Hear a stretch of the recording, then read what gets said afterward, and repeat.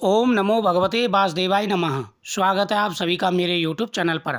आज मैं आपको द्वादशी की यानी एकादशी के पारण की कथा सुनाऊंगा। कहते हैं कि जब तक एकादशी के पारण की कथा यानी द्वादशी की कथा ना सुनी जाए तब तक एकादशी का फल प्राप्त नहीं होता। एकादशी के दिन भगवान की पूजा की जाती है। एकादशी के दिन विधि विधान से भगवान का पूजन किया जाता है, व्रत रखा जाता है। एकादशी के व्रत के बाद में फिर द्वादशी को पारण किया जाता है। द्वादशी के दिन पारण करना चाहिए कि त्रयोदशी ना लगे। त्रयोदशी लगने से पहले द्वादशी में एकादशी के व्रत के पुण्य के लिए पारण किया जाता है। भगवान कृष्ण को, भगवान विष्णु को नैवेद्य समर्पित करें और फिर आपको पारण करना चाहिए। एकादशी व्रत का बड़ा महत्व है। पूरे नियम के साथ में एकादशी व्रत रखा हो। एकादशी के दिन भगवान को स्नान कराया जाता है, तुलसी पत्र समर्पित किए जाते हैं और फिर एकादशी का व्रत रखा जाता है। एकादशी में व्रत की चीज़ें खाई जाती हैं, जैसे आप फल खा सकते हैं, कूटू का आटा, सिंगाड़े का आटा या फिर आलू, ये चीज़ें प्रयोग कर सकते हैं। रात को थोड़ी बहुत देर जागरण भी करना चाहिए। उसके बाद में द्वादशी के दिन त्रयोदशी लगने से पहले सुबह के समय भगवान को भोग लगा करके व्रत का पारण किया जाता है, तभी पुण्य फल प्राप्त होता है। प्राचीन समय की बात है, राजा अम्बरीश थे, उन्होंने एकादशी व्रत प्रारंभ किया। राजा अम्बरीश धर्म अनुसार, शास्त्रों के अनुसार प्रजा का उसी प्रकार पालन करते थे जिस प्रकार से शास्त्रों में बताया गया है। साथ ही राजा अम्बरीश नियमित रूप से भगवान की पूजा करते थे और एकादशी का व्रत रखते थे। राजा अम्बरीश का ये नियम था कि वह एकादशी व्रत रखने के बाद में द्वादशी को भगवान के सामने नैवेद्य समर्पित करके उस नैवेद्य को खा करके व्रत खोलते थे और फिर पूरी प्रजा में आनंद के साथ में दान करते थे। राजा अम्बरीश ने एकादशी के व्रत प्रारंभ कर दिए और 12वीं एकादशी के दिन राजा अम्बरीश का व्रत चल रहा था। एकादशी के दिन राजा अम्बरीश ने सुबह भगवान की पूजा की। सभी प्रजा के साथ में, अपनी पत्नी के साथ में राजा अम्बरीश ने भगवान को पंचामृत से स्नान कराया। उसके बाद भगवान को चंदन लगाया, भगवान को वस्त्र पहनाए, भगवान के सामने तुलसी पत्र समर्पित किया, भगवान के सामने ज्योत जला करके एकादशी की कथा का श्रवण किया। एकादशी के दिन उन्होंने पूरे नियम के साथ में व्रत रखा। फिर द्वादशी के दिन वह पारण करने वाले थे, व्रत खोलने वाले थे। उसी समय ऋषि दुर्वासा उनके राज्य में आ गए। सभी नौकरों ने जाकर के कहा कि महाराज, ऋषि दुर्वासा आपके राज्य में पधारे हैं। हम आपको बता दें कि ऋषि दुर्वासा बहुत ही क्रोधी ऋषि हैं। छोटी छोटी बातों पर वो क्रोधित हो जाते हैं और श्राप दे देते हैं।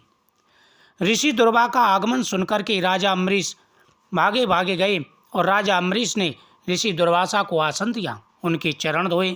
चरण धो करके उनको उचित स्थान पर बैठाया, उनकी पूजा की।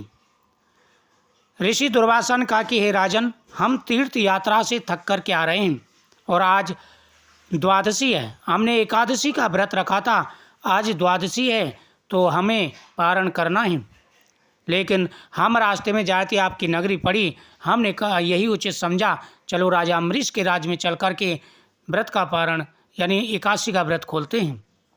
राजा अम्बरीश ने कहा कि मेरे अहोभाग्य ऋषिवर, जो आप ऐसे समय पर पधारे हैं, मुझे भी व्रत का पारण करना है, यानी एकादशी का व्रत मैंने रखा है और मुझे द्वादशी त्रयोदशी लगने से पहले व्रत का पारण करना है।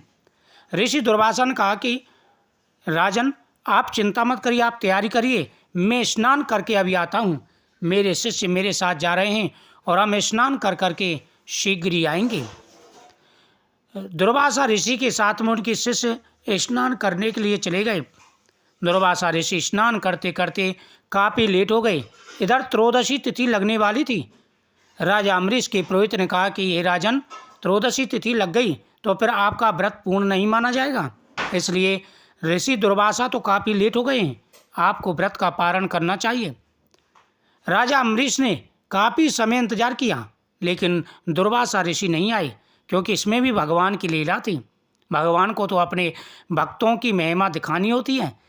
जब भगवान अपने भक्त की महिमा दिखाते हैं तो कोई न कोई लीला रच देते हैं।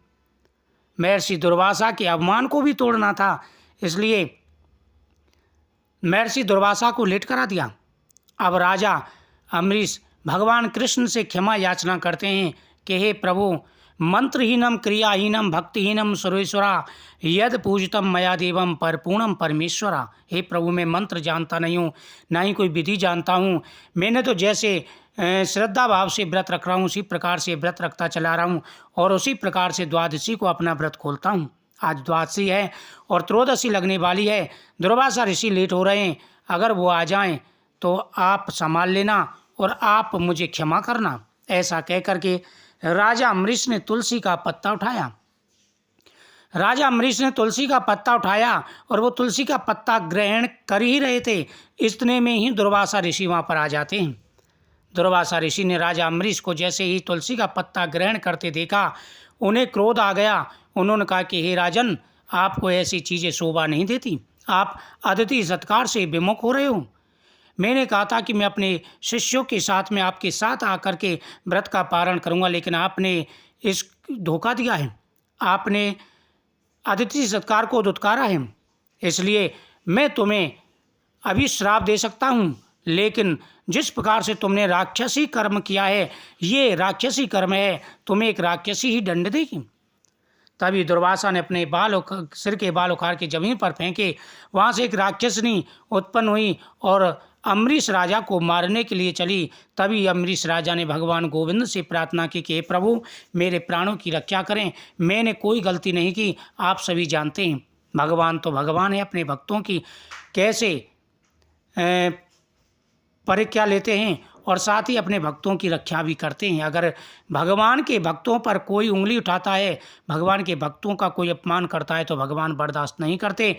भगवान ने तुरंत सुदर्शन चक्र को आज्ञा दे दी, जाइए और जाकर के दुर्वासा ऋषि का वध कर दीजिए। सुदर्शन चक्र वहाँ से चला और जाकर के पहले तो उस राक्षसनी को मारा और फिर दुर्वासा ऋषि की तरफ बढ़े। दुर्वासा ऋषि घबरा गए, भागते भागते ब्रह्मा जी की शरण में पहुँच गए और कहा कि हे पितामह, मेरी रक्षा करो, मेरी रक्षा करो। ब्रह्मदेव ने कहा कि तुमने क्या किया? उन्होंने पूरी घटना बता दी। उन्होंने कहा मैं तुम्हारी रक्षा नहीं कर सकता, भगवान के जो भक्तों का अपमान करता है उसे मैं शरण नहीं दे सकता। भगवान शिव के पास गए, भागे भागे, भगवान शिव ने मना कर दिया, चारों तरफ भागे। अंत में भगवान विष्णु के पास आए और कहा कि प्रभु रक्षा कीजिए। भगवान विष्णु ने कहा तुमने मेरे भक्त का अपमान किया है, यदि मेरे भक्त ने तुम्हें माफ़ किया तभी तुम्हें माफ़ी मिलेगी। दुर्वासा ऋषि भागे भागे राजा अम्बरीश के पास आए और हाथ जोड़ करके बोले कि हे राजन, मेरी रक्षा करो, त्रिदेवों में से किसी ने मेरी रक्षा नहीं की। मुझे पता चल गया कि तुम सच्चे भक्त हो। जो भगवान विष्णु के भक्त होते हैं उनकी रक्षा स्वयं भगवान करते हैं, जो भी उनका अपमान करता है भगवान नहीं छोड़ते। राजा अम्बरीश ने कहा कि हे सुदर्शन चक्र, यदि मैंने सच्चे मन से भगवान की पूजा की है, एकादशी का व्रत किया है और मैंने ऋषि का अपमान नहीं किया तो आप अपने स्थान को लौट जाइए। इतना कहते ही सुदर्शन चक्र वापस चले गए। उसके बाद में दुर्वासा ऋषि ने राजा को आशीर्वाद दिया और उनके साथ एकादशी व्रत का द्वादशी के दिन पारण किया। जो भी इस कथा को सुनते हैं उन्हें एकादशी के व्रत का पुण्य फल प्राप्त होता है। तो एकादशी के व्रत के बाद द्वादशी के दिन इस कथा का श्रवण जरूर करें, भगवान का आशीर्वाद प्राप्त होगा और एकादशी का व्रत का फल प्राप्त होगा। कथा सुनने के बाद में व्रत का जो फल है वो भगवान को समर्पित करें, इससे आपकी मनोकामना पूरी होगी। ओम नमो भगवते वासुदेवाय नमः मंत्र का जाप करते हुए और फिर उसके बाद में गौ माता को भी आप गिरास खिला करके जरूर आएँ। जय श्री कृष्ण।